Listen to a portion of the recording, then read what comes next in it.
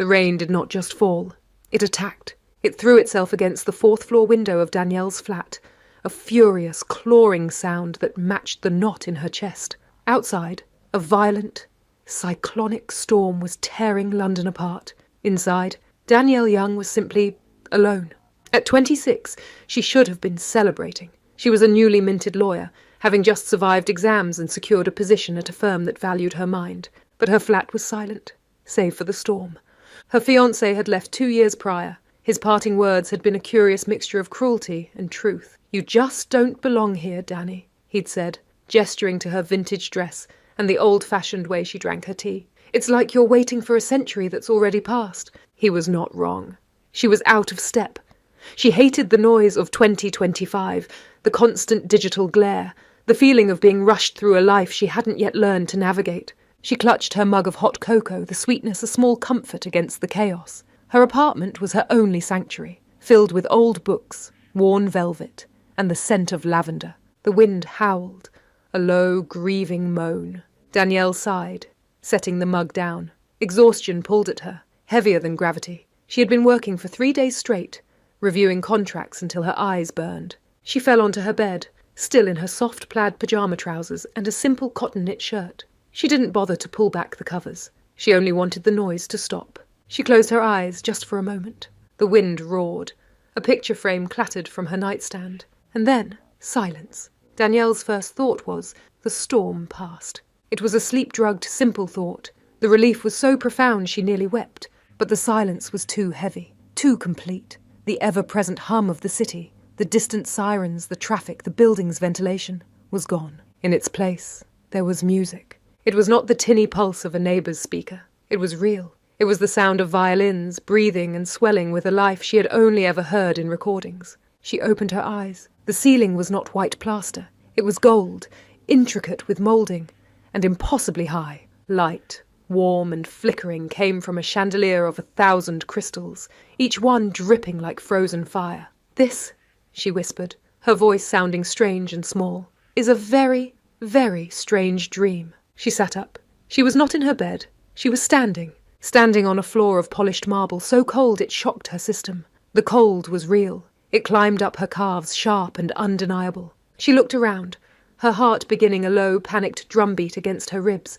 It was a ballroom. It was vast, filled with colour and movement. Men in severe black coats and white cravats, women in gowns of silk and velvet, their shoulders bare, jewels flashing at their throats. Dozens of them, hundreds perhaps, all turning, all gliding, all moving to the music she had thought was a recording. The air smelled of beeswax, heavy perfume, and people, the warm, close scent of a crowd. Danielle looked down at herself, at her soft, worn, blue and green plaid flannel trousers, at her simple cotton-knit shirt, at her bare, pale feet on the black and white marble. The music stopped.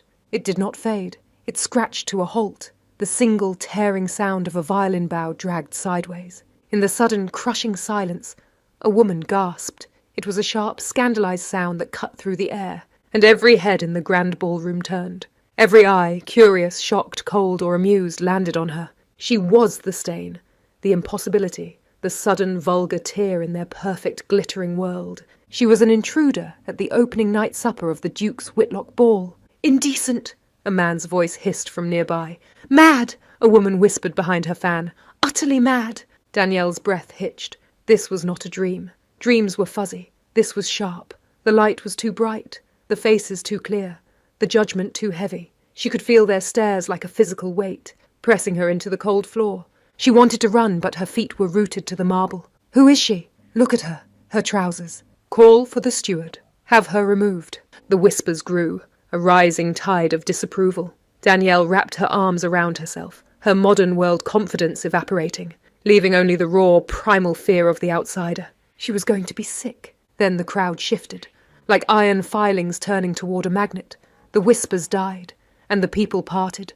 A man was walking toward her. He was tall, and unlike the other men, his presence seemed to absorb the light in the room rather than reflect it. He moved with an unhurried, almost dangerous grace. His black coat was perfectly tailored, his cravat a stark white against the column of his throat. He was not handsome in the way she was used to. His features were too severe, his jaw too sharp, his mouth set in a line of profound, almost sorrowful control. He looked, she thought wildly, like a man who had not permitted himself to smile in a decade. He was, perhaps, in his early 30s, but his eyes were ancient, and they were fixed, with a cold, piercing curiosity directly on her. He did not look at her with the same shock as the others. He looked at her as one might observe an unexplained phenomenon, a problem to be solved, an error to be corrected. He stopped, a precise 3 feet in front of her. The silence in the ballroom was so complete, she could hear the faint hiss of the candle wicks. "Look at me!" She wanted to scream.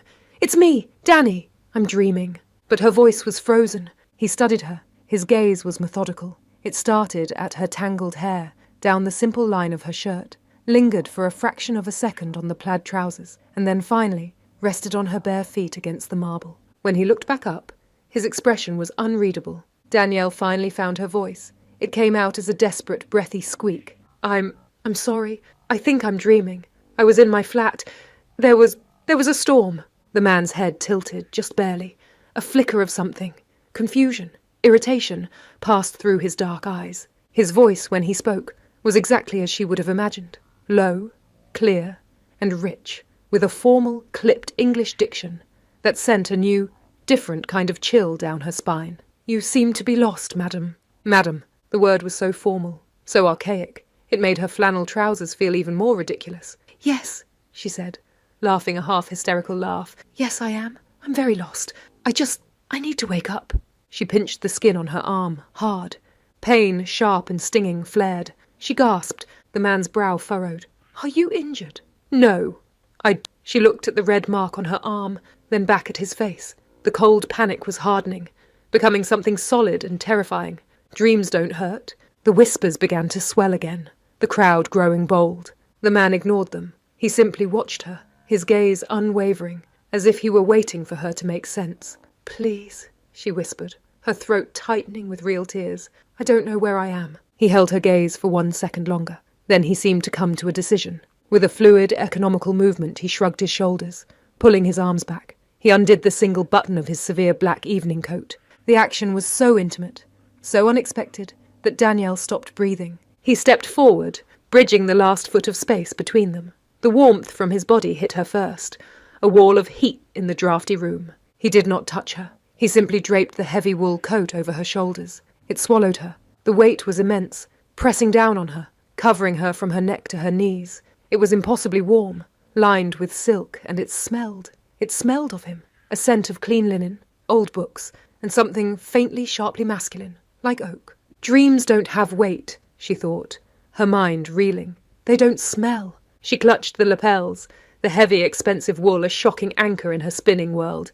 He had shielded her. He had hidden her plaid trousers and her bare arms from the prying, judgmental eyes of the room. He looked at her, his expression now guarded. Then he offered her his arm.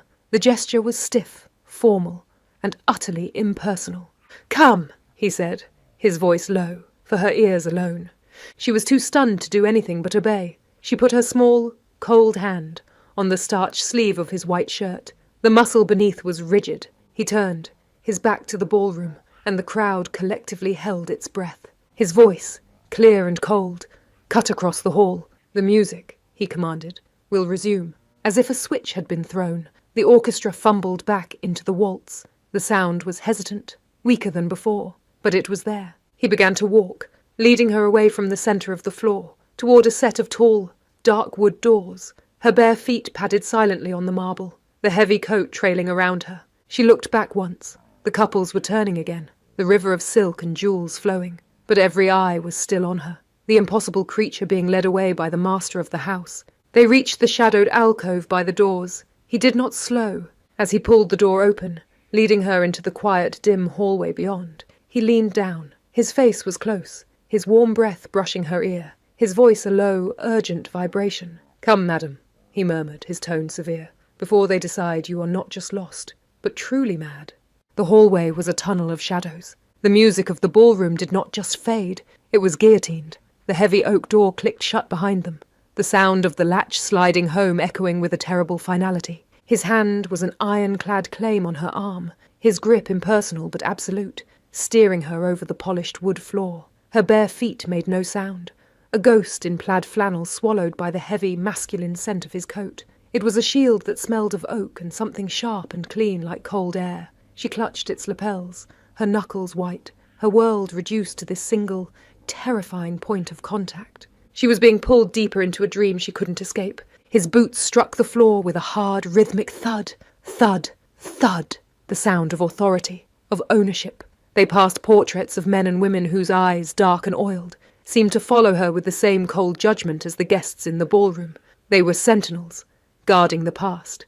And she, in her flannel trousers, was the ultimate trespasser. He stopped at another, smaller door and pushed it open, guiding her inside before him. He released her arm. The sudden loss of his touch was its own kind of shock. She stumbled forward, the heavy coat slipping from one shoulder. She found herself in a room lit only by the leaping, golden light of a massive fire. It was a library, or perhaps a drawing room. Books climbed the walls from floor to ceiling, their leather spines glinting in the firelight. The air was warm, thick with the scent of burning wood, old paper, and the faint, sweet smell of brandy. "Sit," he said. It was the same quiet command he had used in the ballroom. She saw a high-backed chair upholstered in dark green velvet, its arms worn smooth.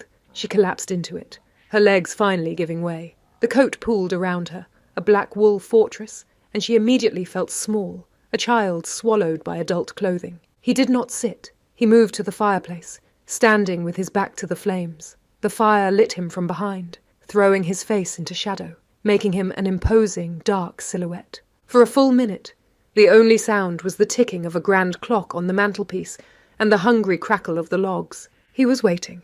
She was supposed to speak, to explain the unexplainable. I told you," she whispered, her voice trembling. "I was asleep. I was in my flat, my apartment, in London. There was a violent storm." He remained perfectly still, a statue of severe, tailored black. "We are in London, madam," he said, his voice smooth and cold. "There is, however, no storm. A light rain, perhaps. And I confess, I do not know this word. Flat. My home," she said, her frustration rising. "My apartment. 4th floor. I went to sleep, and I woke up. Here." His head tilted. "You woke up, in the middle of my ballroom, during the Whitlock ball, dressed," his voice dipped, "in your nightclothes." "They're pyjamas," she snapped, the modern word sounding ridiculous and sharp in the quiet, ancient room. I know it's insane. I know, just tell me I'm dreaming. Tell me I'm in a hospital. Tell me I hit my head." "I can tell you none of those things," he said. His patience was a thin, brittle thing. "I can only tell you that you have caused a grievous scandal, and that I must know who you are, your name, your family, who permitted you this lapse." The coldness of his tone, the assumption that she was simply a problem to be handled, broke something inside her. She wasn't a lapse. She was a person, a terrified, lost person. The panic that had been simmering beneath the shock finally erupted. "No," she said, shaking her head. "No, this isn't real. It can't be." She stood up, her legs shaking. The heavy coat, his coat, fell from her shoulders to the floor in a heap, pooling at her feet. She was just in her thin shirt and trousers, exposed to the room, to him. "It's not real," she said, louder now, her voice climbing. "The floor is too cold. The music was too loud. You're not real." She began to back away from him, her hands raised, as if to ward him off. "I need to wake up. I need to wake up now." Her breathing was coming too fast. The room, with its looming shadows and suffocating warmth, was tilting. Black spots danced in her vision. This is a panic attack, a small, rational part of her brain supplied. You're having a panic attack in a dream. You just have to breathe. But she couldn't. The air was too thick, too old. I can't breathe," she gasped, stumbling backward, her hand hitting a small side table. A porcelain figurine rattled. The man, Elias, the Duke, the dream figure, moved. He crossed the room in 2 long, silent strides. He was no longer a shadow. He was a solid, living thing. "That is enough," he said, his voice no longer quiet, but a low, hard command that cut through her hysteria. He took her by the shoulders. His grip was not gentle. It was firm, biting, and immediately terrifyingly real. His hands were large, his fingers strong, clamping down on her small frame as if she were a misbehaving child. He held her still, forcing her to face him. "You will be calm," he ordered. She was close enough to see him clearly for the first time. His eyes, which she had thought were black, were a deep dark blue like the ocean at midnight. They were creased at the corners, not with laughter, but with care, with the burden of duty. His jaw was clean-shaven, his mouth wide and severe. He was real. He was solid. She could feel the heat radiating from his body, the strength in his hands. She could feel the fabric of her own simple shirt, crushed beneath his grip. She stopped breathing entirely. The panic didn't vanish, but it froze, suspended by the shock of his touch. He watched her, his expression intense, searching her face for any sign of lucidity. "Breathe," he commanded, his voice softer now, but no less firm. "Slowly." She did. She took a shuddering, ragged gulp of air. It smelled like the fire, and faintly, of him. He held her for another long, agonizing moment. His grip was the only thing keeping her upright, the only thing tethering her to this impossible reality. Then, as if realizing what he was doing, touching this strange, half-dressed woman so intimately, he released her. He stepped back, his face hardening into a mask of polite indifference. He was once again the master of the house, and she, the problem. "You will sit," he said, gesturing back to the velvet chair, "and you will compose yourself. I will not have a hysterical woman in my library." Danielle, her legs trembling so badly she could barely stand, sank back into the chair. She was numb, the adrenaline fading, leaving only a cold, hollow dread. He turned from her and walked to the wall, pulling a long, embroidered cord.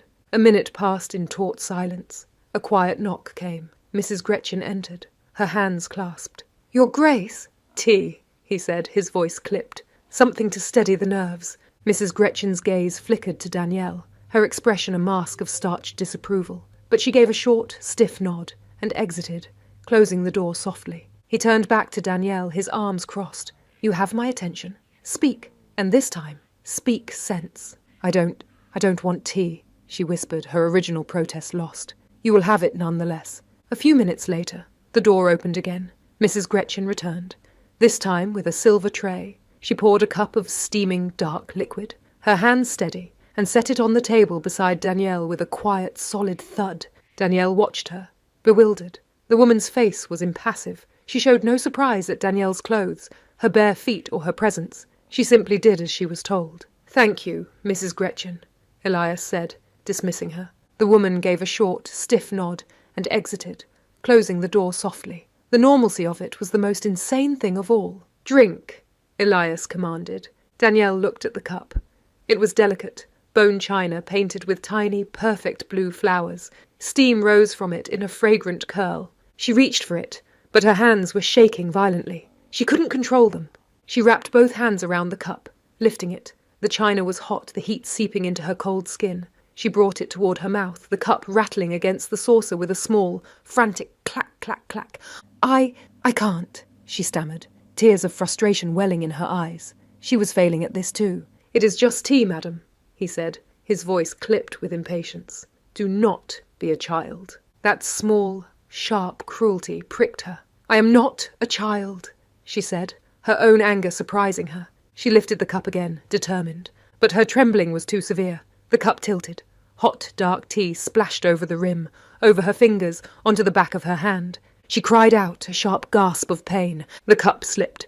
It fell from her grip, hitting the saucer with a crack before tumbling to the carpeted floor. It shattered, the sound an explosion in the dead quiet room. They both froze. Danielle stared at the floor. The dark tea was spreading, staining the rich, patterned rug. Shards of delicate blue and white china were scattered like petals. Her hand was stinging. She lifted it, her body rigid. The skin was red, an angry, splotchy bloom where the tea had splashed. It throbbed. And there, on the side of her index finger, where a shard of the broken cup must have grazed her, was a small, clean line. She watched, her breath caught in her throat. A tiny, perfect bead of dark blood welled up from the cut. It grew, shimmered in the firelight, and then, impossibly, fell, landing as a single, bright red drop on the knee of her plaid flannel trousers. Dreams don't hurt. Dreams don't burn.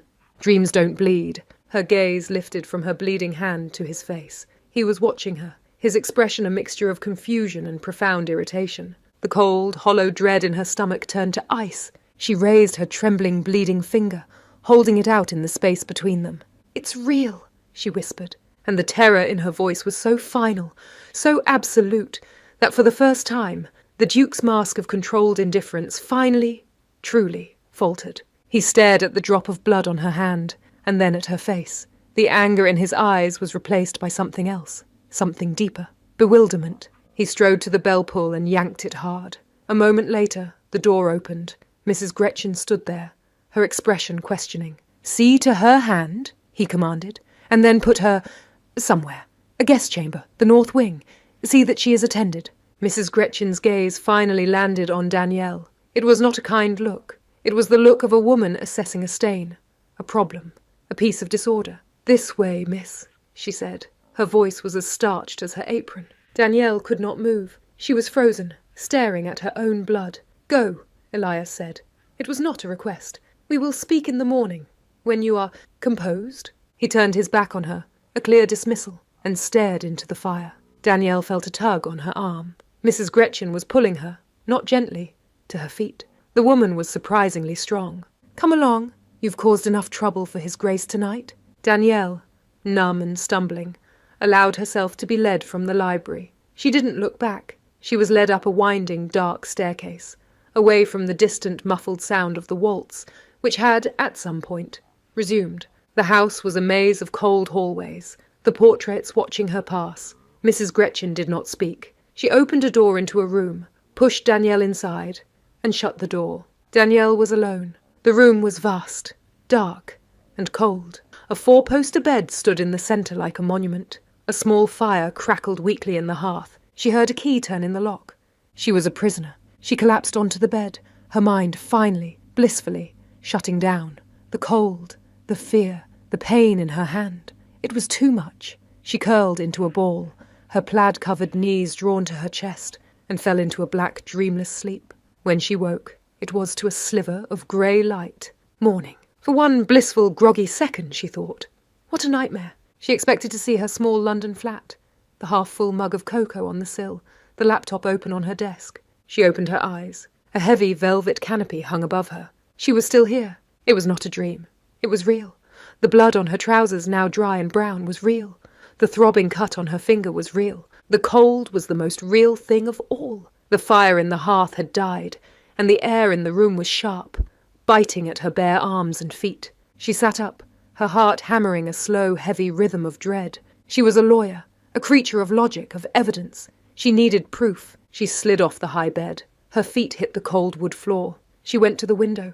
The glass was thick, bubbled, and imperfect. She looked out. There was no street, no cars, no concrete. Below her was a vast, formal garden, its hedges sharp with frost. Beyond that, a green park dotted with massive oak trees rolled away into a white mist. A man on a horse, impossibly distant, was riding across the fields. She leaned her forehead against the cold glass. This wasn't the London she knew. It was another world. She turned back to the room, scanning it. On the mantelpiece, above the dead fire, were several items. A small, leather-bound book, a snuff-box, a book of poetry. Her hands shaking, she crossed the room and picked up the small leather book. It was an almanac. She fumbled it open. The paper was thick, creamy. The London Courier's Almanac. And beneath it, the date, 1825. She sank to her knees, the book falling open in her lap. 1825. 200 years. She was still on the floor when her eyes drifted to the other book, the book of poetry. She crawled, her limbs numb, and picked it up. It was heavy. She opened the cover. On the inside, there was a bookplate, a formal embossed crest of a wolf's head, and beneath it, elegant inked script. From the private library of His Grace, Elias Whitlock, Duke of Crestwick. She read the name. Elias Whitlock. She read it again. Whitlock. Her blood turned to ice. It wasn't a name. It was a memory from a dusty, forgotten corner of her law school studies. Whitlock, she whispered to the empty, cold room. The Whitlock estate. The Whitlock. Tragedy. Oh, my God. It was all flooding back. The paper she'd written. The legal black hole. The famous, unsolved historical footnote. The fire. She was a prisoner in a house that she knew was doomed. A sound at the door made her scream. A key scraped in the lock. Danielle scrambled to her feet, backing away until she hit the wall. The book clutched to her chest. The door opened. Mrs. Gretchen entered, followed by two younger maids who looked terrified. They were carrying a copper tub, a stack of linens, and steaming pitchers of water. Mrs. Gretchen did not look at Danielle. She pointed to the centre of the room. There, and be quick about it. The maids rushed to set up the tub, pouring the water. the steam rising in the cold air. They worked in a panicked, silent efficiency. "His Grace will see you in 1 hour," Mrs. Gretchen said to the wall, as if Danielle were not in the room. "He expects you to be presentable." She pointed to a dress laid out on the bed. It was a simple drab grey wool. "You will wash, and you will put that on? Your garments will be burned." "No!" The word burst out of Danielle. It was the only thing she had left. "You can't!" Mrs. Gretchen turned, her eyes as cold as the morning. "They are indecent, and you are a guest in this house, though by what right, no one can be certain. You will do as His Grace commands." The two maids finished, and scurried out of the room, casting terrified, curious glances at Danielle. Mrs. Gretchen stood by the door. She was waiting for Danielle to strip and bathe in front of her. The humiliation was a physical blow. "Could I please," Danielle whispered, her voice cracking, "could I please have some privacy?" Mrs. Gretchen stared at her for a long, hard moment. Perhaps she saw the genuine terror in Danielle's eyes, the fact that she was a woman and not a threat. "Very well," the housekeeper said, her voice clipping the words. "You have 30 minutes. Do not try the door. It will remain locked. From the outside." She turned and left, the key scraping once more in the lock. Danielle was alone again, with the steam from the bath, the drab grey dress, and the impossible, horrifying date printed in the book. She looked at the tub, then at her own reflection in the dressing-table mirror. A pale, terrified woman in plaid pyjamas stared back at her. Her hair was a matted wreck. Her eyes were wide, with a terror that looked like madness. She had 30 minutes to become someone from 1825. She stripped off her 21st century clothes, her soft shirt, her flannel trousers, and folded them, hiding them under the mattress of the bed. She would not let them be burned. It was her only link to home. She stepped into the bath. The water was hot, and the shock of it made her cry out. It was real. Everything was real. She scrubbed herself with the harsh lye soap, her skin turning red. She washed her hair, her movements frantic. She was washing away 2025. She was washing away the lawyer, the lonely woman in the flat. When she stepped out, she was raw. She looked at the clothes, the dress, and beneath it a set of garments, a thin linen chemise, stockings, and a corset. "Oh, you have got to be kidding me," she whispered. She had no idea how to put it on. She fumbled with the laces, pulling them tight, her ribs screaming in protest. It was a cage. She put the grey wool dress on over it. It was heavy, scratchy, and smelled of camphor. She was no longer Danielle Young. She was a drab grey prisoner. The key turned in the lock. Mrs. Gretchen entered. She surveyed Danielle, her eyes missing nothing. She nodded once, a sharp, critical gesture. "You will follow me, and you will not speak, unless His Grace addresses you." Danielle's heart hammered against the new rigid cage of the corset. She followed the housekeeper out of the room, her new stiff shoes clattering on the wood floor. She was led down the grand staircase, the one she had been rushed up hours before. In the daylight, the house was no less intimidating. It was vast, cold, and silent. Servants flitted through doorways, their heads down, disappearing like mice. She was led to the library. The door was open. Elias Whitlock was standing by the window, not the fire. He was dressed for the day, in a perfectly tailored dark coat and trousers, a stark white cravat at his throat. He looked even more severe and imposing in the cold morning light. He turned as she entered. His dark blue eyes swept over her, from her wet, tangled hair, down the ill-fitting grey dress to the heavy shoes. He was assessing her again, not as an anomaly, but as a problem that had been contained. "Mrs. Gretchen, that will be all," he said, not looking at the housekeeper. "Your Grace."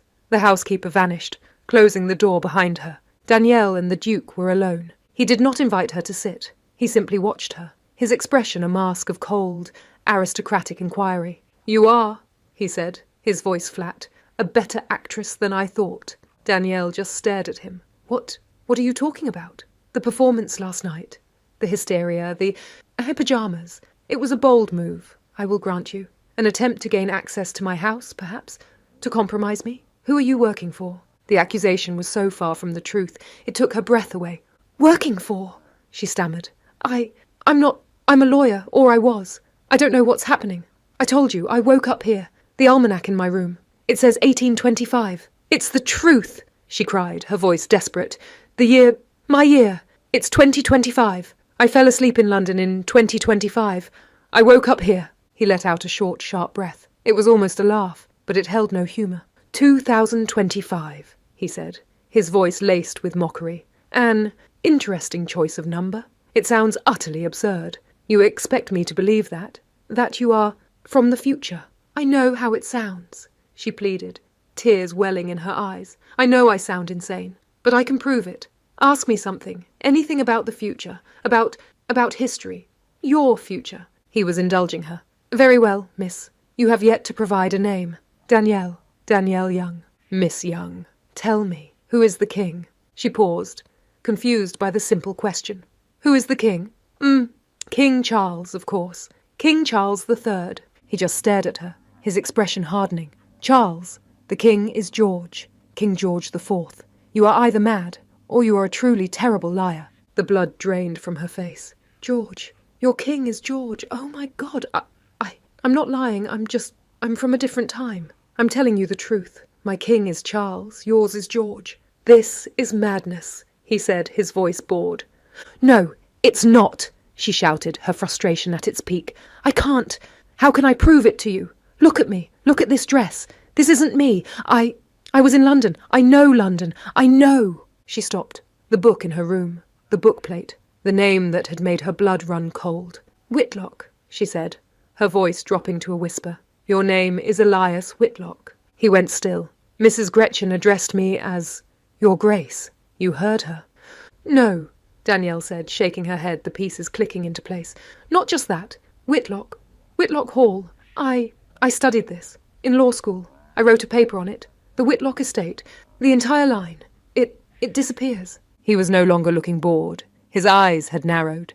His posture rigid. Disappears, he repeated, his voice dangerously soft. Yes, she said, the memory flooding back. The Whitlock ball. 1825. There was a fire. A terrible fire. The estate, the archives, the family. It was all lost.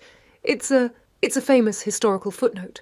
A legal black hole. The Whitlock tragedy. She looked up at his face. It was white. The grand gala of the Whitlock ball, he said, his voice a low vibration, is tomorrow night. The air in the library went thin. The ticking of the grand clock on the mantelpiece, which had been a quiet, steady rhythm, now hammered against the silence, each tick a nail in a coffin. The grand gala of the Whitlock ball, Elias said, his voice a low vibration, is tomorrow night. He did not move. He did not breathe. The mask of the Duke, the face of cold, aristocratic inquiry, had shattered. His face was as pale as marble, his dark blue eyes fixed on her with a new, terrifying intensity. It was no longer curiosity, it was fear. What? He said, his voice so quiet it was barely a breath. Did you say? The fire, Danielle repeated, her own voice trembling, her hands clasped so tightly her knuckles were white. The grand gala, that's the night of the fire. It starts in the East Wing, the new guest suites. It spreads, the house, the archives, everything. It's lost. Your family line. It ends.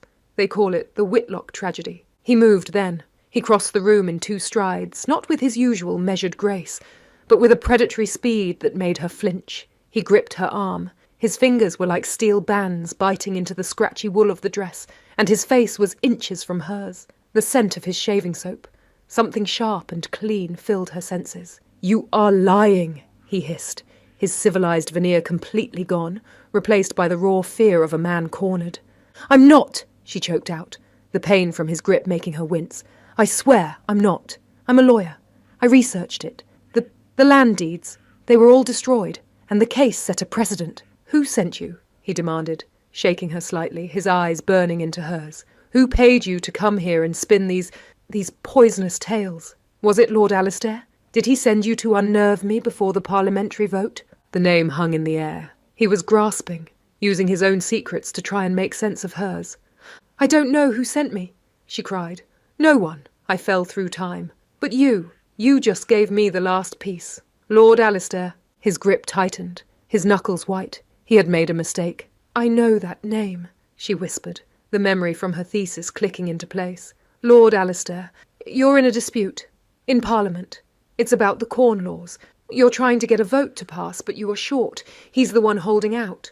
Elias went perfectly, deathly still. This was not public knowledge. This was a private political war.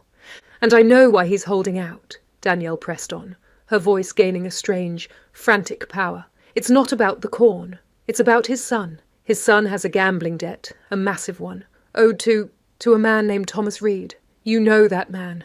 You are the only one who can lean on Reed. Alistair will give you his vote, but only if you make his son's debt disappear. It's a secret pact.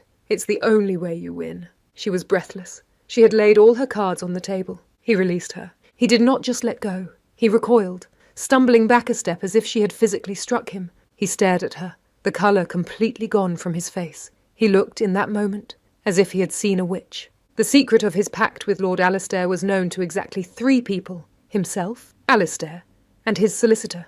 He looked at this impossible woman, this creature in a servant's dress, with her wrong answer for the king, her strange, modern words, her bare, defiant eyes, and her impossible, terrifying knowledge. He looked at her, and he knew. He was a man of logic, a man of the material world. What she had done was not logical, but it was fact. He was trapped. His mind, calculating and cold, ran through the options. Option 1. She is a liar, a brilliant, impossibly well-informed liar. He holds the ball, as planned. The night passes without incident. He looks a fool for 5 minutes, and then he has this woman arrested, or quietly sent to an asylum. His reputation is intact. Option 2. She is what she claims to be. He holds the ball. The fire starts. His family, his guests, his ancestral home, his entire lineage, all of it is wiped from the earth, annihilated. The risk was not balanced. The cost of being wrong, of dismissing her, was unthinkable. The cost of being fooled by her was a scandal. He, Elias Whitlock, a man who had lived his entire life to avoid scandal, was now forced to choose between that and oblivion. He slowly turned and walked back to the fireplace, bracing his hands on the marble mantelpiece. His back was to her. She could see the tension in his shoulders, the way his hands gripped the stone as if to stop them from shaking. "To cancel the gala," he said, his voice quiet, directed at the fire, "is impossible. It is not done. My family's name has been tied to this event for a century. The Duchess of Ashworth herself is the guest of honour. A scandal is better than a tragedy," Danielle pleaded, stepping toward him, her hands outstretched. "A ruined reputation is better than a pyre. Please, what is your name worth, if you are not alive to wear it?" He was silent. She had spoken the one terrible truth that his pride had been trying to ignore. He turned to face her. The mask of the Duke was back in place, but his eyes were haunted. He was in command once more, but it was a cold, brittle control. "You will not speak of this again," he said, his voice flat. "Not to me, not to Mrs. Gretchen, not to another living soul. Do you understand me?" "But the fire," she whispered.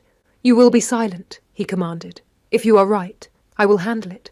If you are wrong, and you are almost certainly wrong, then you are a madwoman, and I will have you dealt with. I will not," he continued, "have a woman from the future wandering my halls, spouting prophecy like some Greek oracle." "So you'll cancel it?" she breathed, a desperate hope rising in her. "I will," he said, his voice clipping the words. "Do what is necessary. That is all you need to know." He pulled the bell cord.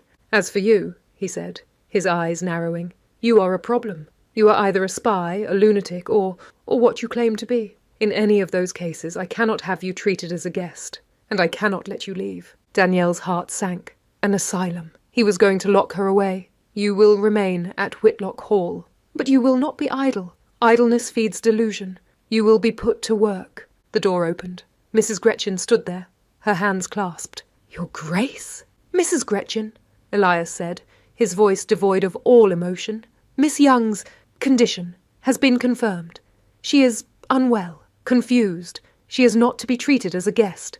Mrs. Gretchen's eyebrows shot up, the first crack in her starched facade. "Your Grace, she is not to be idle. You will find her tasks. Something simple, something that requires no thought. In the kitchens, in the linen room. I want her kept busy, and I want her kept silent. She's not to speak to any of the staff, and they are not to speak to her. You, and you alone, will be her supervisor. Am I clear?" "Perfectly, Your Grace," Mrs. Gretchen said, a thin, cruel smile touching her lips. She finally had a name for the problem, and she had a solution. "Go," he said to Danielle. Danielle looked at him, one last desperate plea in her eyes. "Believe me, save yourself." He turned his back on her, returning to the window, dismissing her from his world, from his conscience. "Come along, Miss Young," Mrs. Gretchen said, her voice dripping with mock formality. Danielle followed her, her heart a cold stone. She was led out of the library, the grand, beautiful room that had become her interrogation chamber. She was led through the house, down winding servant stairs, into the cold, damp subterranean world of the kitchens. Her new life began that day. It was a life of silence, drudgery, and cold. Mrs. Gretchen, it turned out, was a tyrant. She gave Danielle the tasks of the lowest scullery maid. Her days were spent scrubbing floors, her knees raw on the cold stone. She polished endless rows of silver until her fingers bled. She folded heavy damp linens in a windowless room, the smell of lye soap clinging to her skin. The other servants avoided her like a disease. They whispered as she passed. She was the madwoman from the ball, the Duke's problem. They would leave a room if she entered it, or fall silent, their eyes following her with a mixture of fear and pity. She was utterly, completely alone. She was locked in her small attic room each night. She was a prisoner in every way that mattered. The only thing that kept her sane was the date. She was counting. The day of the grand gala arrived. Danielle was set to scrubbing the great hall floor, a task that would take all day, a task designed to humiliate her, to keep her far from the east wing. The house was humming with activity. Maids were running, carrying flowers. Cooks were shouting in the kitchen. Her warning had been for nothing. He hadn't listened. Her heart pounded with a new sick dread. He was going to hold the ball. They were all going to die. She scrubbed, the tears blurring her vision, her body shaking. Around noon, she heard a carriage on the gravel drive, and another, and another. They were leaving. She scrambled to her feet and ran to the tall front windows, ignoring the shouts of a footman. It was not guests arriving. It was messengers, dozens of them, on horseback, and in small carriages fanning out from the house, riding away at top speed. The house, which had been buzzing with panic, suddenly went quiet. She stood there bewildered, her scrub brush dripping onto the marble floor. She heard footsteps. Mrs. Gretchen was marching toward her, her face a mask of thunder. She was pale with rage. "You!" the housekeeper hissed, grabbing Danielle's arm, her fingers digging in like claws. "You little witch!" What's happening?" Danielle whispered. "You should be happy. You got your way. You and your spells." "What way?" "His Grace," Mrs. Gretchen said, her voice tight with fury, "has postponed the grand gala indefinitely. The messengers are riding to every great house in London. A sudden and severe illness in the household. He has lied. He has insulted the Duchess of Ashworth. He has brought shame on this house. All for you." The housekeeper shoved her, hard, back toward her bucket. "Now, finish the floor. You have made your mess. Now you will live in it." Mrs. Gretchen stormed away, her black dress rustling. Danielle was left alone in the middle of the great empty hall. She sank to her knees, the cold of the marble seeping through her dress. She stared at her red, raw hands. Oh my God, I did it. He had listened. He had believed her. He had endured a scandal to avoid a tragedy. She had saved his life, and in doing so, she had just destroyed her own. She was no longer a guest, no longer an anomaly. She was the madwoman, the witch, the servant girl who had, by some dark magic, in her first 24 hours, brought the great Duke of Crestwick to his knees. And he was the only man in the world who knew she was the only one who had told the truth. The weeks that followed were a blur of grey, cold, and silence. Danielle had saved the house from a tragedy, and in doing so, had become its outcast. Her life, which had been balanced on the knife edge of Elias's fear, now fell into the abyss of his household's contempt. She was the madwoman, the witch, the scullery maid who had, by some dark magic, brought shame upon the Duke. Her day began before the sun, in a tiny, ice-cold attic room. She would break the skim of ice in her wash-basin, dress in the dark, and make her way down to the kitchens, her hands already stiff and aching from the cold. Mrs. Gretchen was a tyrant of quiet, precise cruelty. She assigned Danielle the tasks no one else would do, scrubbing the heavy, grease-caked pots in freezing water, hauling buckets of coal in the damp, and polishing endless rows of silver until her fingers, raw from the lye soap, cracked and bled. The other servants avoided her as if she were a disease. If she entered a room, they would fall silent, their heads bent to their tasks, their eyes following her with a mixture of fear and pity. They would leave her the worst scraps of food, or none at all, and she was too proud to ask for more. She was invisible. She was isolated. She was starving, not just for food, but for a single human kindness, a single word that wasn't a command. But she was a survivor. She had survived the foster system.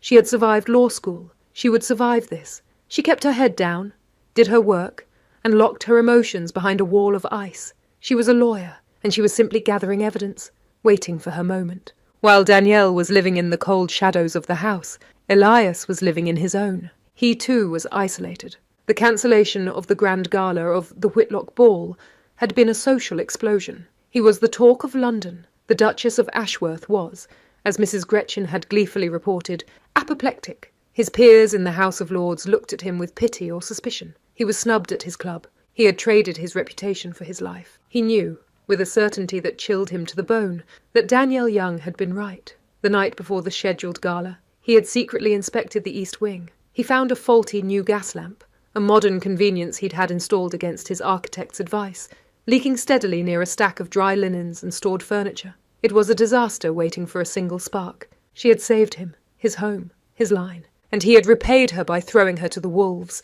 The guilt was a heavy, unfamiliar weight. He was a man of honour, and his treatment of her had been anything but. He told himself it was necessary. He had to control the narrative. He couldn't have a woman from the future in his house. The world had only two labels for such a person, witch or madwoman. He had chosen the kinder, more manageable one. He told himself this as he retreated. He spent his days in his library, the one room in the house that felt safe, yet the one room that now felt the most wrong. It was his sanctuary, but it was also a chaos of piled-up ledgers, disorganized books and stacks of estate papers. He would sit at his desk, trying to work, but his mind was restless. He was surrounded by disorder, and his life felt disordered. He missed the order of his world. He missed something else. After a month of this self-imposed purgatory, he could stand it no longer. He summoned Mrs. Gretchen. "Your Grace?" "The library," he said, not looking at her, his voice flat. "It is dusty. It requires a thorough cleaning.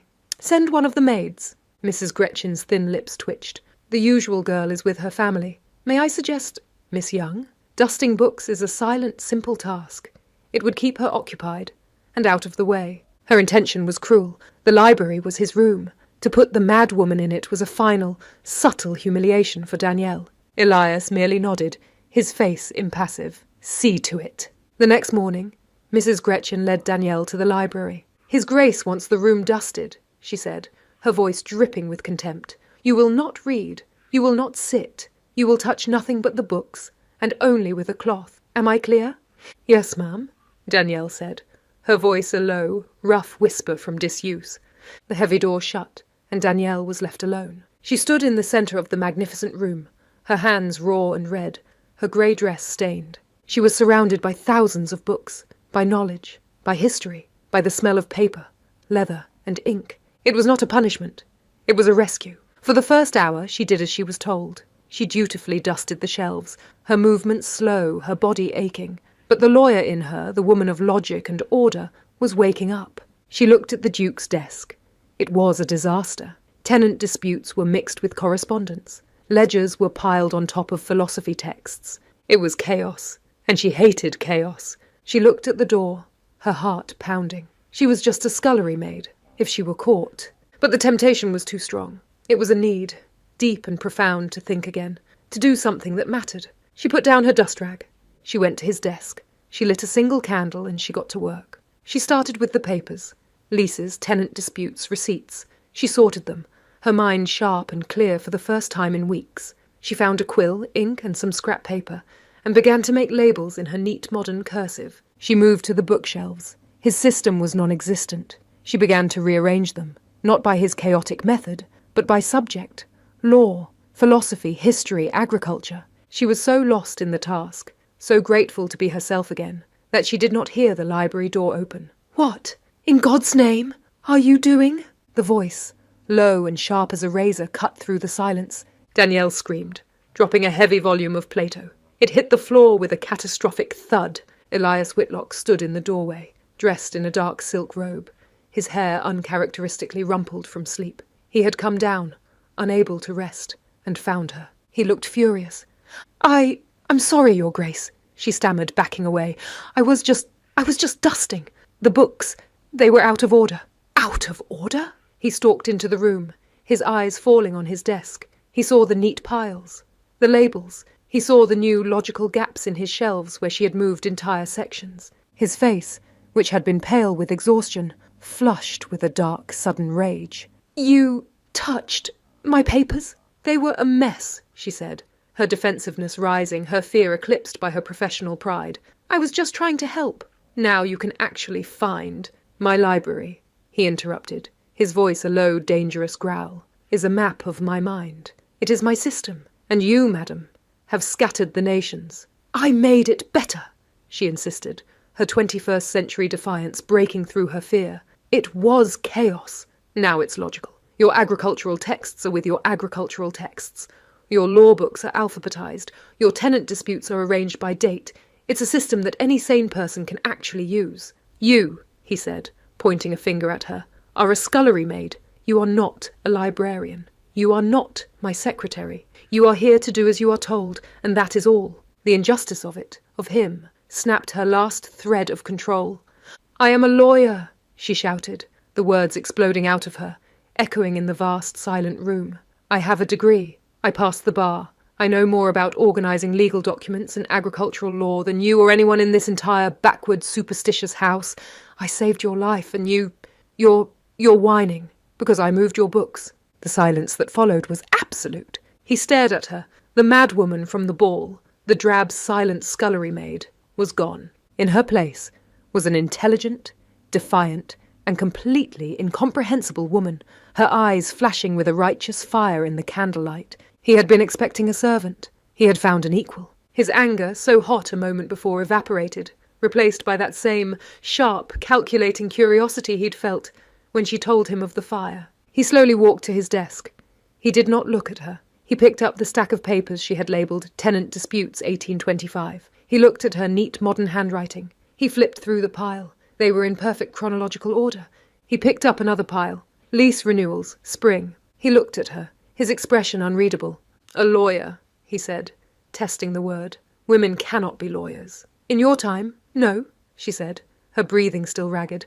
In my time, they can, and they are, and they're good at it. He sat down, heavily, in his leather chair. He looked at his desk, now a model of perfect functional order. He looked at the woman who had done it. He was a lonely man, a widower, a duke isolated by his power. And this impossible creature, was the only person in the world who knew his secret, the only person who had ever challenged him, the only person, he realized, who was not afraid of him. You will, he said, his voice quiet, no longer angry, continue to organize the library. You will finish the shelves. Danielle stared, her mouth open. And you will do the same with my estate ledgers. They are in the bottom drawer. It was a truce, an order, an upgrade. You will report only to me, he continued. Mrs. Gretchen will be informed that the library is your new domain. Your Grace, she whispered. That is all. You may go, return, in the morning, after breakfast. After breakfast, not before dawn. Thank you, Your Grace, she said. She curtsied, a clumsy, unpractised movement, and fled the room. A new routine began. It was a quiet pact between them. She was given a new room, a small but warm one, just off the library. She was given new dresses, still simple but clean, and made of soft wool, not scratchy grey. Mrs. Gretchen was furious, but she was silent. The Duke had spoken. Their days fell into a strange, quiet rhythm. Danielle would work in the library, her mind alive, her hands meticulously creating order from his family's chaotic centuries-long paper trail. And he would sit at his desk and watch. He would pretend to read, but she could feel his gaze on her as she climbed the rolling ladder, her arm reaching for a high shelf. He was studying her, like a scientist studying an impossible, fascinating specimen. Sometimes he would speak. This electricity you spoke of, explain it again.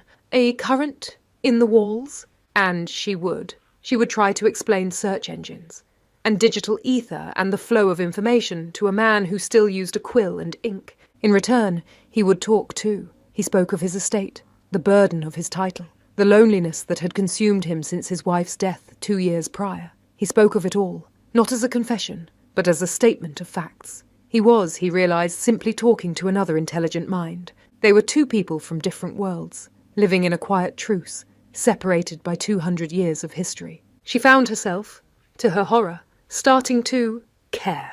She would notice the exhaustion under his eyes, the way he rubbed the bridge of his nose when he was stressed by a letter from Parliament. She was an orphan. She had been unloved her whole life, and this cold, severe, lonely man was the first person to see her, really see her. Her heart, which she had thought frozen, began to ache. One cold, wet afternoon she was chilled to the bone. The library fire was low. On instinct, she did what she would have done in 2025. She found the tin of tea Mrs. Gretchen now provided her, and the small kettle. She heated the water at the library fire. It was her own blend, the one she'd requested, a strange, fragrant mix of bergamot. Elias entered the library, shaking the rain from his coat, his expression dark from a difficult meeting. He stopped, sniffing the air. "What is that aroma?" he asked. "It is not normal. It's just tea," she said, her back to him, her hands suddenly nervous. "We call it Earl Grey in my time. The bergamot, it's a citrus. It is peculiar," he said. He did not, however, tell her to stop. He sat down in the large chair opposite the fire, his boots steaming. Danielle hesitated. Her heart was pounding. This was a line. A servant did not... She was not a servant. Not anymore. She poured a second cup. She walked across the room and, without a word, placed the steaming cup of tea on the small table beside his chair. He went completely still. She had just served him, not as a maid, but as a host, an equal. He looked at the cup. He looked at her. She was watching him, her gaze open and unafraid. Slowly he picked up the delicate china cup. He raised it to his lips. He drank. His eyes closed just for a second. The warmth spread through him. The strange citrus and smoke flavour was oddly comforting. "It is," he said, his voice quiet, "acceptable." He drank the whole cup. The winter months passed in this quiet, impossible manner. The fierce, biting cold of December gave way to the deep, wet frost of January.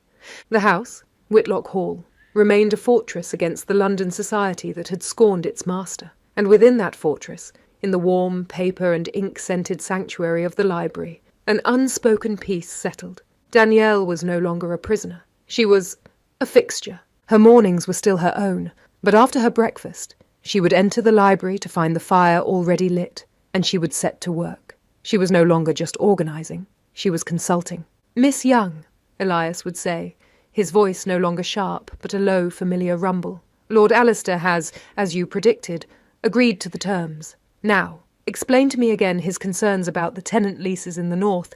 You said my father's contracts were untenable." And she would. She would stand before him, her 21st century mind analysing 19th century problems.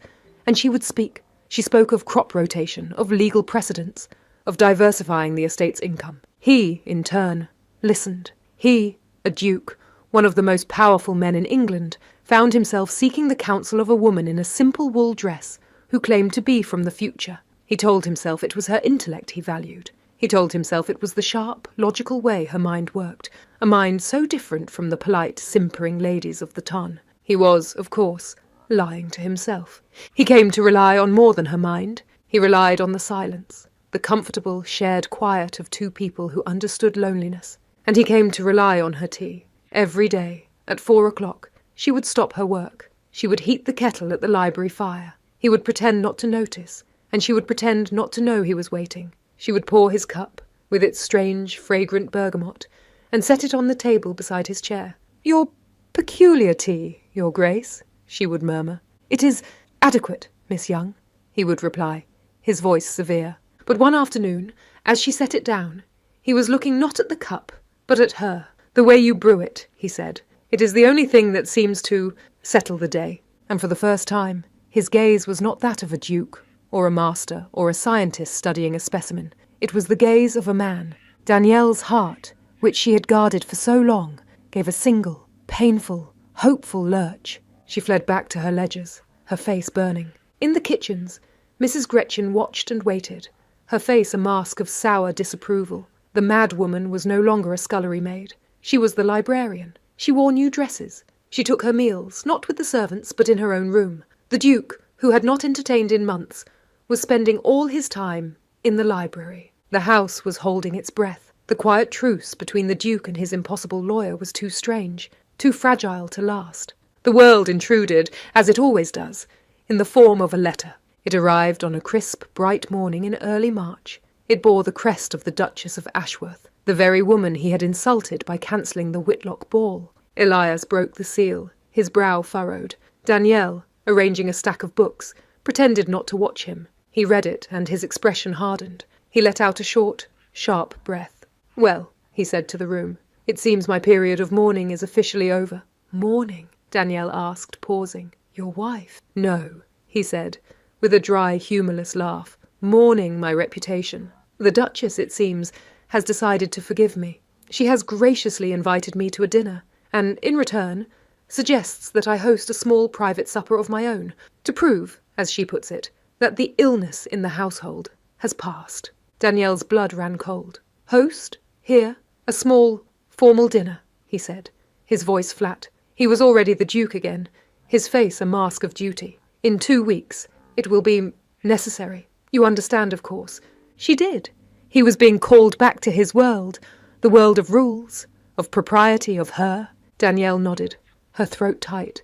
Of course, Your Grace. Shall I make a list of the invitations? He looked at her, his eyes unreadable. No, Miss Young, that will not be necessary. The house, which had been silent for months, erupted in a quiet, efficient panic. Floors were waxed. Silver was polished, by other maids, not Danielle. Mrs. Gretchen was a whirlwind of commands. And Elias was gone. He was in London, at his tailor, at his club, at the Duchess's dinner. He was mending the fences of his world. The library was empty. Danielle was, once again, alone. The silence she had shared with him, which had become comfortable, was now just empty. The room was cold. She drank her tea by herself, and it tasted bitter. The day of the dinner party arrived. Danielle knew her place. She was to remain in her room, or in the library, unseen, a ghost at the feast. She sat in the library trying to work, but her hands were cold. She could hear the faint sound of carriages on the gravel drive, the murmur of voices in the great hall, the light, high-pitched laughter of women. She had no right to feel this way.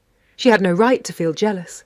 She was an employee, a peculiarity, but her heart ached with a deep, primal, 21st-century loneliness. She had fallen in love with him. She, a lawyer from 2025, had fallen in love with a cold, reserved, beautiful duke from 1825, and he was, at this very moment, charming the woman he was probably going to marry. She was just putting her books away, her shoulders slumped in defeat, when the library door burst open. "Elias!"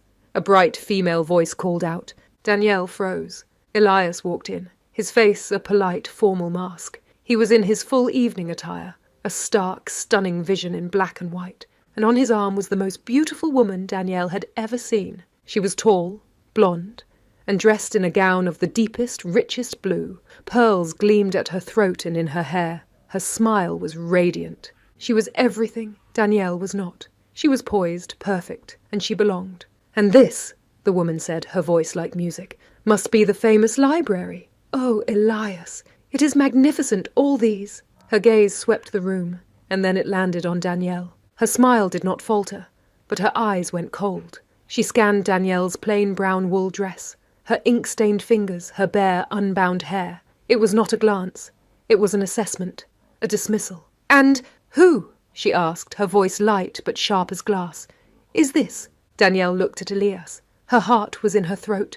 She wasn't just Danielle. She was, in this moment, his secret, his madwoman, his librarian. "Who am I to you?" she screamed in her head. "Don't you do it. Don't you dare."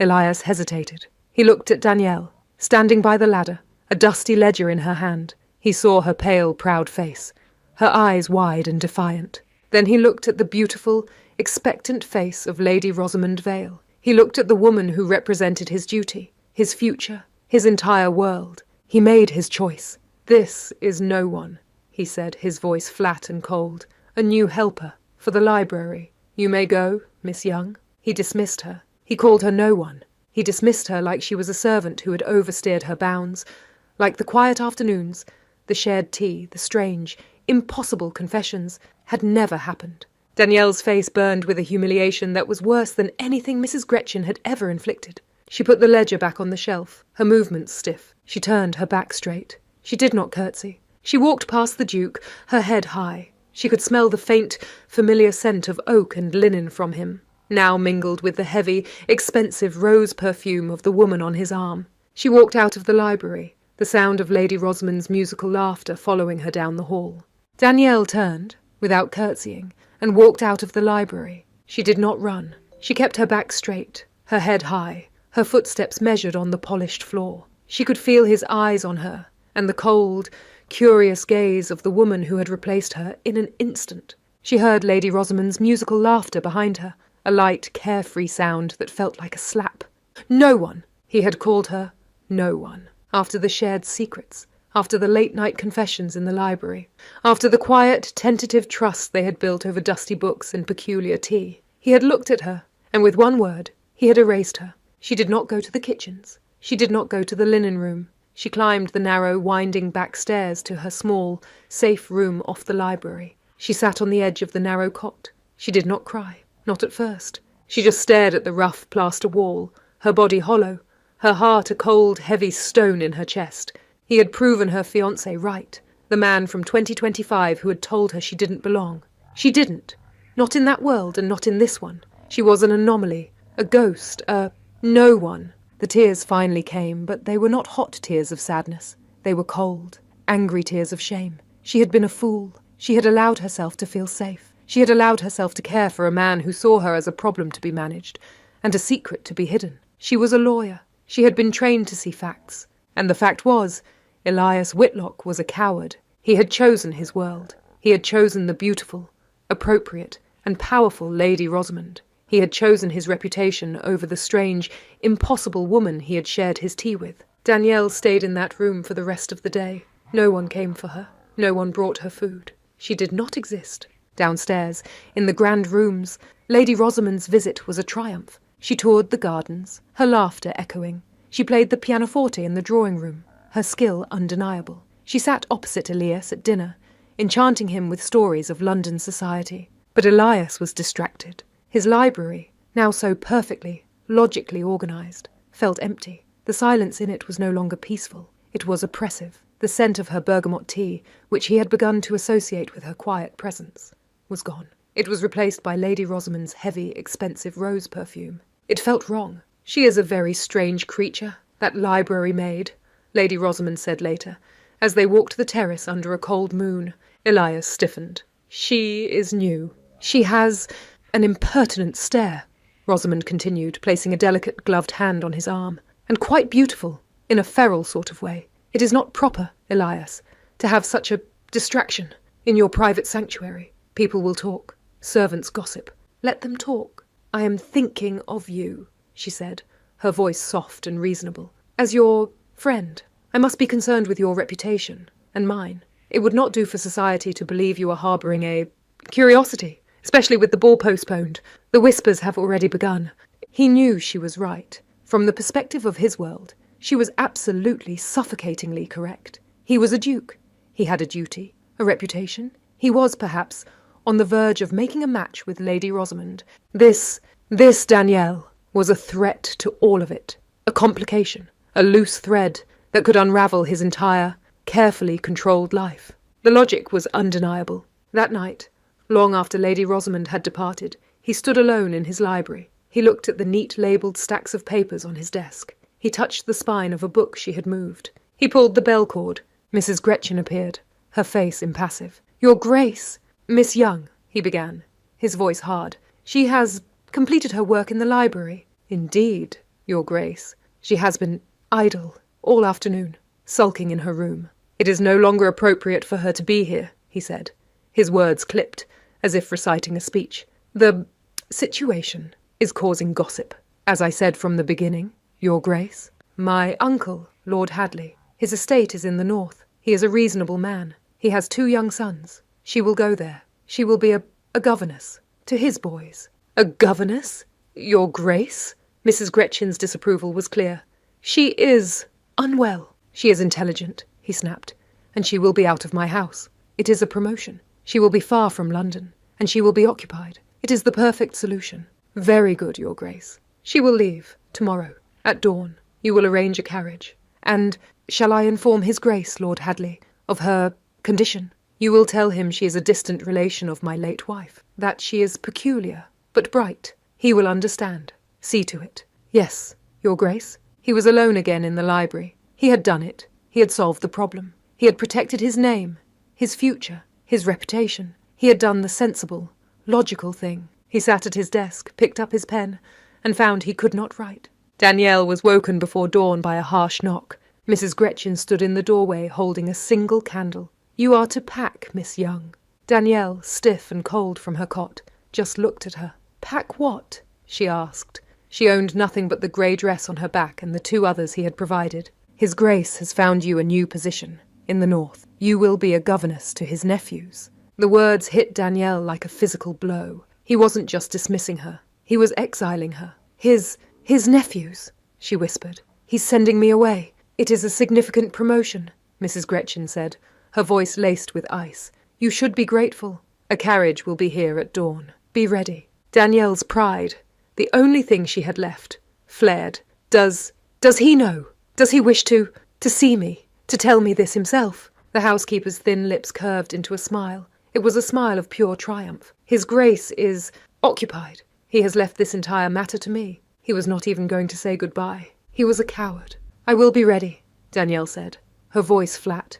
Dawn was not a sunrise. It was a slow grey dampening of the dark. A simple, unadorned carriage, not one bearing the ducal crest, was waiting on the gravel of the service yard. Danielle walked out of the servants' entrance, her few belongings bundled in a small, pathetic package. She had, in a moment of sheer, blind defiance, packed the small tin of bergamot tea. She was stealing from him. It was a petty, bitter, and immensely satisfying crime. She did not look back. She would not give them the satisfaction. She climbed into the cold, musty carriage. The driver shut the door. With a lurch and the clatter of hooves, the carriage began to move. It rolled past the kitchens, past the formal gardens, and onto the long, winding drive that led to the main gate. She couldn't help it. She looked. She looked at the grand, sprawling, silent house, the house that had been her prison, and for a few brief, stolen moments, her sanctuary, and she saw him. In the tall, dark window of the library, his library, her library, a silhouette was standing. He was unmoving, a dark shape against the faint light within. He was watching her go. Danielle turned her face away, pressing her forehead against the cold glass of the carriage window. She would not cry. She would not. Elias Whitlock stood at the window, unmoving, until the carriage was a black speck, until it vanished beyond the gate. He had done it. He had done the sensible thing, the proper thing. He had protected his reputation. He had secured his future with Lady Rosamond. He had solved the problem of Danielle Young. He was, for all intents and purposes, safe. He turned from the window, back to his library. It was perfectly organised, perfectly clean, and perfectly, terribly silent. He sat at his desk, the one she had arranged, and for the first time in his adult life, Elias Whitlock, the Duke of Crestwick, had never felt more utterly and completely alone. For the first time in his life, Elias Whitlock, the Duke of Crestwick, was safe, secure, and utterly, completely miserable. The weeks after her departure were a new kind of hell. It was a hell of perfect quiet order. Lady Rosamond Vale, pleased with his sensible decision, had become a regular visitor. His reputation was on the mend. The Duchess of Ashworth had forgiven him. His life was, by all accounts, back on its proper course, but the house was dead. The library, in particular, was no longer a sanctuary. It was a tomb. It began with the tea. The morning after Danielle had left, a new young footman entered the library, his hands visibly trembling. Your Grace, your tea." Elias looked up from his papers, his mood already dark. "Set it down." The footman placed the cup on the small table by his chair and fled. Elias picked it up. It was the correct tea, the black, sweet, milky brew he had drunk every morning of his adult life. He took a sip. He stopped, the cup pausing in mid-air. It was disgusting. It was cloying, tasteless, hot, sweet water. He had never noticed it before. He had never had anything to compare it to. He missed the strange, fragrant smoke of her bergamot. He missed the way it was not sweet, but sharp, the way it cleared his head. He missed the quiet, steady way she would set it down without being asked. A silent, shared ritual. He slammed the cup down, the china rattling.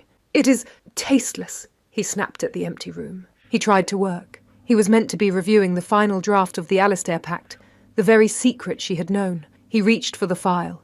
It was not on his desk. He stood, his irritation mounting. He went to the tall cabinet by the window, the one where he had always kept his parliamentary papers, in a chaotic but functional pile. It was empty. He searched the drawer. He searched the other shelves. Nothing. "Where is it?" he growled, his voice rising. She has moved everything." He began to pace, his agitation growing, his hands clenched. He was a duke in his own library, and he could not find a single crucial document.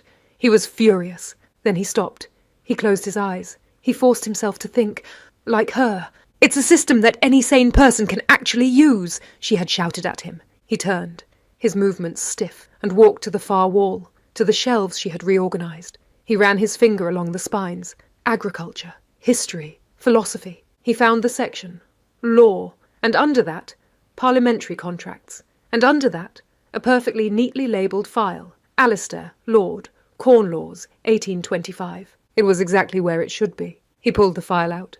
It was perfect, and the victory felt exactly like defeat. His system had been a map of his mind, yes, but his mind had been chaos. Hers was brilliant. He sat at his desk, the file in his hand, and he did not open it. He just stared at the wall. He was haunted. He was haunted by the scent of her tea. He was haunted by the logic of her mind. But most of all, he was haunted by her. He missed her impertinent stare. He missed the way she had looked at him, not with the fear of a servant, or the fawning of a debutante, but with the clear, assessing gaze of an equal. He missed the way she wasn't afraid of him. He was supposed to be courting Lady Rosamond. He went to dinner at her father's house. She was beautiful. She was proper. She smiled at all the right times. She was utterly, profoundly boring. She spoke of the Duchess. She spoke of new gowns from Paris. She spoke of the weather. Elias sat there, nodding, his face a mask of polite interest, while his mind screamed. He found himself imagining what Danielle would say. She would challenge his political opinions. She would ask him why he believed what he believed. She would, he thought with a sudden startling ache, probably call his argument untenable. He realised, with a horrifying clarity, that he preferred to be yelled at by a madwoman in a grey dress than to be adored by the most proper lady in London. He was tormented. He returned to Whitlock Hall that night and shut himself in the library. He paced the floor for hours, the silence of the room driving him mad. He had been a fool, a coward. He had called her no one, when she was, he now admitted, the only person who had made him feel alive in years. He had to get her back. But how? How did one apologise for that? For public humiliation? For exile? He stopped in front of the fireplace, practising the words aloud to the empty room. "Miss Young, he began, his voice rough. "I was in error. That is not... No." He paced again. "Danielle, I apologise. I was protecting my reputation. It was improper." He scoffed, disgusted with himself. "She will laugh in my face, and she would be right to." He was desperate. He was lost. He was a duke, and he had no idea how to beg. He yanked the bell pull, hard. He was still pacing, muttering to himself, when the door opened. Mrs. Gretchen stood there, her hands clasped. She had seen him like this only once before, the night his wife died. "Your Grace, you rang?" He did not look at her. He just kept moving, a caged, agitated animal. "Mrs. Gretchen, my uncle, Lord Hadley, have we received word from him?" "Yes, Your Grace," she replied, her voice calm. "A letter arrived last week. The new governess, Miss Young, has settled in. He says the boys are unusually subdued." Elias stopped pacing. Subdued. He imagined her there, alone, her fire gone, her spirit broken. He pictured her, sad and pale, and his guilt felt like a physical weight, crushing his ribs. He started pacing again. "Mrs. Gretchen, a hypothetical question." "Your Grace? If a person," he stammered, his ducal control completely gone. "If a person was sent away, unjustly, for reasons of propriety, what would one say to have that person return?" Mrs. Gretchen was silent for a long moment. She watched him. She saw the torment. "One would say, 'I apologise, Your Grace?'" He scoffed, waving his hand dismissively. No, it is not so simple. What if that person is proud? What if she despises me, and she would be right to?" He was pacing again, faster now, his voice rising with his agitation. "What if I told her she was no one? What if I humiliated her in front of another? How does one fix that? What words are there?" He was no longer speaking to her. He was speaking to the room, to his own haunted conscience. "Then, Your Grace," Mrs. Gretchen said, her voice dry, "I suspect one would have to be very, very convincing." He stopped dead. He turned. His eyes narrowed, and he glared at her. This was the moment. He saw the faint, almost imperceptible twitch at the corner of her mouth. "Are you mocking me, Mrs. Gretchen?" His voice was low, dangerous. "Are you laughing at me?" Mrs. Gretchen did not flinch. She had known him since he was a boy. She held his gaze. "No, Your Grace, I am not." Her severe expression softened, just slightly. It was the most emotion he had ever seen from her. I am simply watching a man who has finally realized the difference between a proper match and the only woman he has ever truly seen. He was stunned into silence. What? What did you say? You are not mad, Your Grace, she said, her voice quiet. You are not ill. You are in love. The words hit him like a physical blow. Love. He stared at her. It was the one word his mind had been refusing to form. It was absurd. It was impossible. It was true. He didn't just miss her. He loved her. He loved her tea. He loved her mind. He loved her defiance. He loved her, he realized, from the moment she had shouted, "I am a lawyer," in his face. The torment, the agitation, the confusion, it all vanished. It was replaced by a single, terrifying, absolute purpose. He stared at Mrs. Gretchen, his mind made up. She curtsied. "Will that be all, Your Grace?" He didn't answer. He just nodded, his gaze fixed on the door. She left, closing it softly behind her. Elias was alone. He said the word to the silent room. Love. He strode across the library and pulled the bell cord again, this time with 3 hard, decisive yanks. A young footman appeared, pale and out of breath. "Your Grace?" "My fastest horse," Elias commanded, his voice clear and strong. "Saddle it, now, and pack me a bag for 3 days. I ride north." "But, Your Grace, Lady Rosamond is expecting you for—" "I ride," Elias said, his eyes burning with a new cold fire. "In 10 minutes." The north was different. The air was colder, sharper, and smelled of pine and damp earth. Lord Hadley's estate was nothing like the grand, imposing formality of Whitlock Hall. It was a sprawling, older stone manor, nestled in a valley, its gardens wild and beautiful. Here, Danielle had, for the first time in her life, found something that resembled peace. Lord Hadley, Elias's uncle, was a kind, eccentric, and blessedly uncurious man. He had accepted the story of a distant relation, without question. He had given her the post of governess to his young sons, and for the first time since she had arrived in 1825, she was treated not as a problem, but as a respected member of a household. She was good at her job. She was, she realized, safe. But at night, her peace would fade. She was an orphan. She was a woman out of time. And she was, to her core, desperately lonely. She would sit by her window, looking south toward London, and she would hate Elias Whitlock. She would hate him for his cowardice, for his cruelty, for calling her no one. And she would hate herself because she missed him. She missed the quiet, charged silence of the library. She missed his dry, rare humour. She missed the intense, focused way he had looked at her, as if she were the only thing in the room. She was walking in the garden as the sun began to set, a book of poetry in her hand, her mind 1,000 miles, and 200 years away. She heard a sound from the gravel path, a horse, pushed to its limit, its breathing ragged. She looked up. A man was dismounting. He was not a groom. He was covered in mud, his greatcoat splattered, his face shadowed with a dark stubble. He looked exhausted, haunted, and dangerous. It was Elias. Her heart stopped. The book of poetry fell from her numb fingers. He stood there, just looking at her, as if he had crossed the world and was not sure if she was real. All the words he had practiced, all the apologies he had formed in his mind, they evaporated. He just stared at her face, at the way the dusk light caught the softness of her hair. Danielle found her voice first. It was cold, brittle as ice. "Your Grace, you are a long, long way from London. Has Lady Rosamond sent you on an errand?" He flinched, as if she had struck him. "No," he said, his voice rough from the ride. He took a step toward her. She took a step back. "Then you must be here to inspect your uncle's problem," she said, her voice shaking with a cold, controlled fury, "to see if the madwoman is behaving." "Danielle," he said, and the use of her name for the first time was so intimate, so raw, that it broke her composure. "Don't," she whispered, her eyes filling with tears she had refused to shed for weeks. "Don't you dare. You called me no one. You dismissed me. You coward." "Yes," he said. The simple agreement stunned her into silence. He was not here as a duke. He was here as the man from the library. He was tormented. "Yes," he said again, his voice cracking. "I was a coward. I have practiced this. I have a speech." He ran a muddy gloved hand through his hair, his ducal perfection completely gone. I was supposed to express my sincere regret." "Regret?" she scoffed, turning away from him. "You can keep your regret, Your Grace. I have a life here. I am respected here. I am not no one here."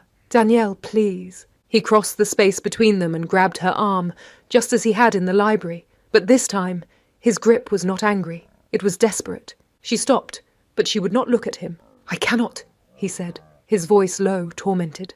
"I cannot breathe." She turned slowly, her tears stopping, her gaze, now cold and assessing, raked over him. "You seem to be breathing just fine right now." He flinched, because she was right. It wasn't a physical affliction. It was deeper. I am haunted," he confessed, his voice ragged, ignoring her barb because it was true. "My house, our library, it is silent. It is empty. I cannot work. I cannot think. I cannot find my own papers, and my tea, it's just tasteless." The confession hung in the air. Danielle's expression, which had been heartbroken, hardened. Her lawyer's mind, the one he had prized, clicked on. She looked at him, her gaze clear. "So, you rode for 3 days," she said, her voice dangerously quiet. "Because you want someone to make your tea?" He stared at her, stunned.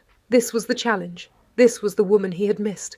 This was the test. He let out a short, choked laugh. "No," he whispered, his eyes shining. "No, I don't miss the tea. I miss you. I miss your mind. I miss your anger. I miss your impertinent stare. I thought I could go back to my life. I thought I could be proper. But you have ruined me, Danielle." "Good," she whispered, her lip trembling. "I am supposed to be courting Lady Rosamond," he continued, his voice breaking. She is proper. She is boring. She does not see me. Not like you. You are the only one. You are the only one who has ever seen me." He was using Mrs. Gretchen's words. He was using the truth. "I called you no one," he whispered, his own eyes now glistening. "It was the greatest lie I have ever told. You are my conscience. You are my intellect. You are everything." He let go of her arm as if he no longer had the right to touch her. "I am not a good man, Danielle. I am proud, and I am a fool, and I am desperately in love with you." She was sobbing, a quiet, shuddering sound. And Lady Rosamond?" she whispered, her heart breaking. Your duty, your reputation." "To hell with my reputation," he said, his voice a low growl. I have a new duty. I am here to apologize, and to ask if you could ever. He was the great Duke, and he was stammering, terrified of her answer. "What?" she whispered.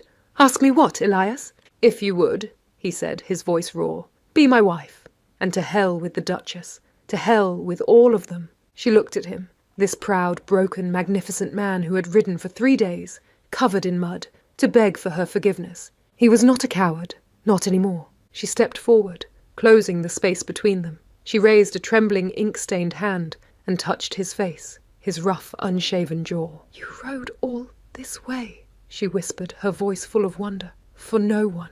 "I rode," he said, his voice thick with emotion as he leaned into her touch. "For everything." He didn't ask again. He didn't need to. He pulled her to him, his arms wrapping around her like steel, and he kissed her. It was not a polite 19th century kiss. It was a kiss of desperation, of starvation, of 200 years of loneliness being obliterated in a single moment.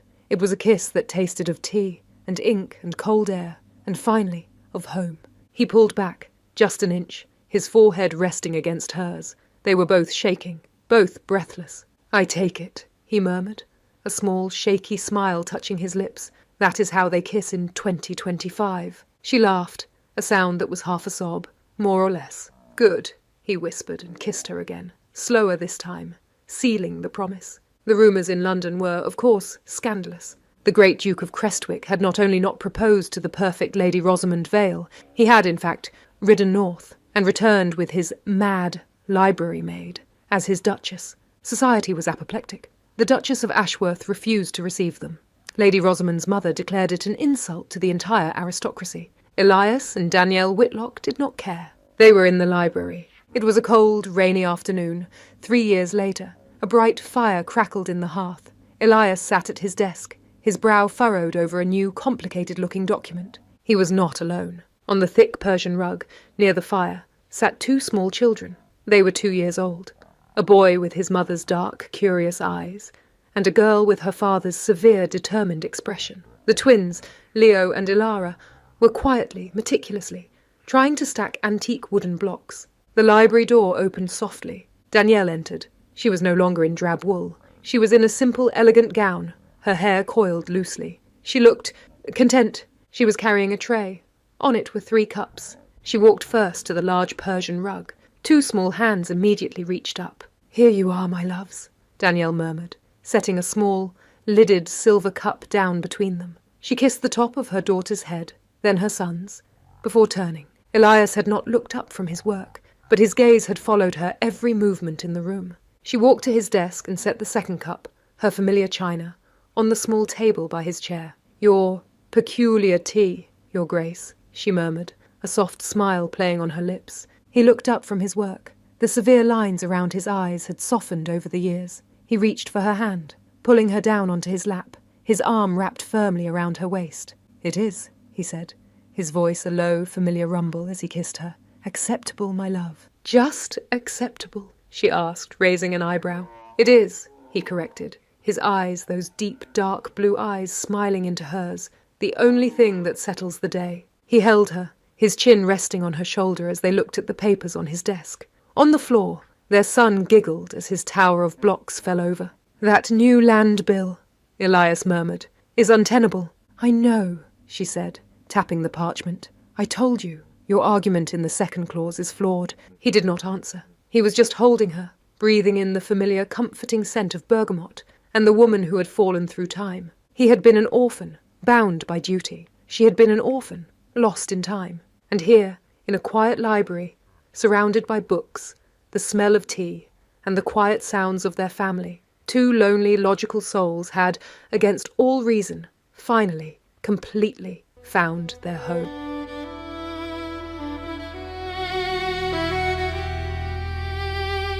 The rain was a whisper, soft on my skin. I thought I was dreaming, trapped deep within. The air was older, the world undone. Light through the leaves where the storm had begun. His voice felt like home, though I'd never been there. You fell from the thunder, a ghost from the sea. The moment I touched you, I ceased to believe. The sky broke open, the earth held its breath. You smiled through the storm as I welcomed my death. 2 strangers bound where the wind left its scar. Hold me where the worlds collide, between the truth and the tide. If love can outlast time's decree, then maybe the storm remembered me. I bled through the waking, through pain and through fire. The dream became real and the real turned to wire. He taught me the old world, its silence and grace, but shadows would follow, his heart kept its place. And I learned that love can be mercy or wound. I sent you away, though my soul remained near. A coward of longing, a keeper of fear. The house felt colder once you were gone. Your name was a ghost I kept writing upon. Every dawn I prayed for the storm to return. Hold me where the worlds collide, between the truth and the tide.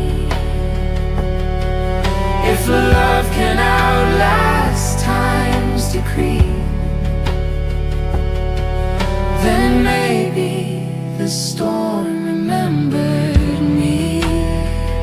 The days were a fever, the nights were a song. I tried to forget you, but sorrow was strong. The wind spoke your name through the cracks in the wall.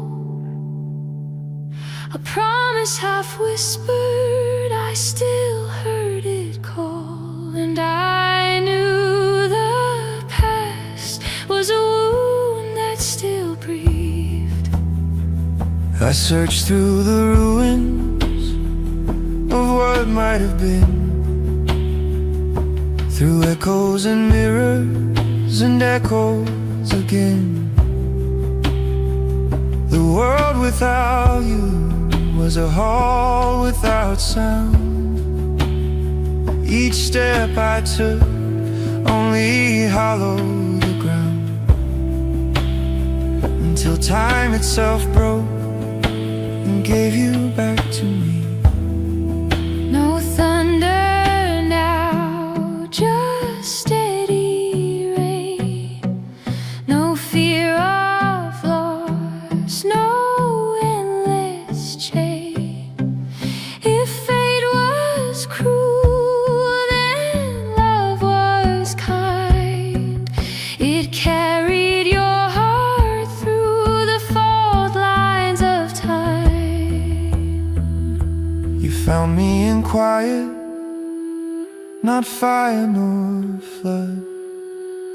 My hands still trembling, still marked by the mud. But your eyes were softer, no storm to defend.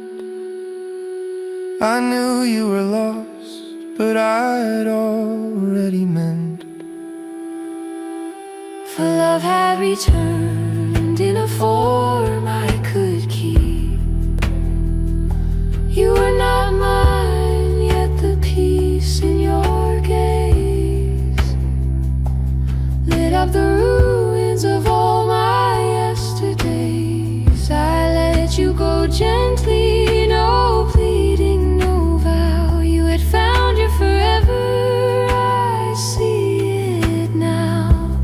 And that knowing was love in its truest shape. Now time lies folded, the storm has grown still.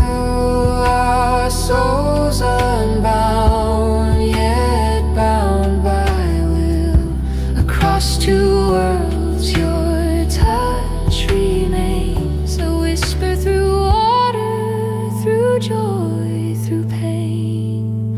And the storm remembers what love became.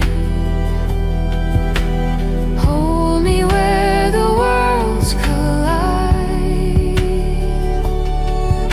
between the truth and the tide. If love can outlast time's decree, then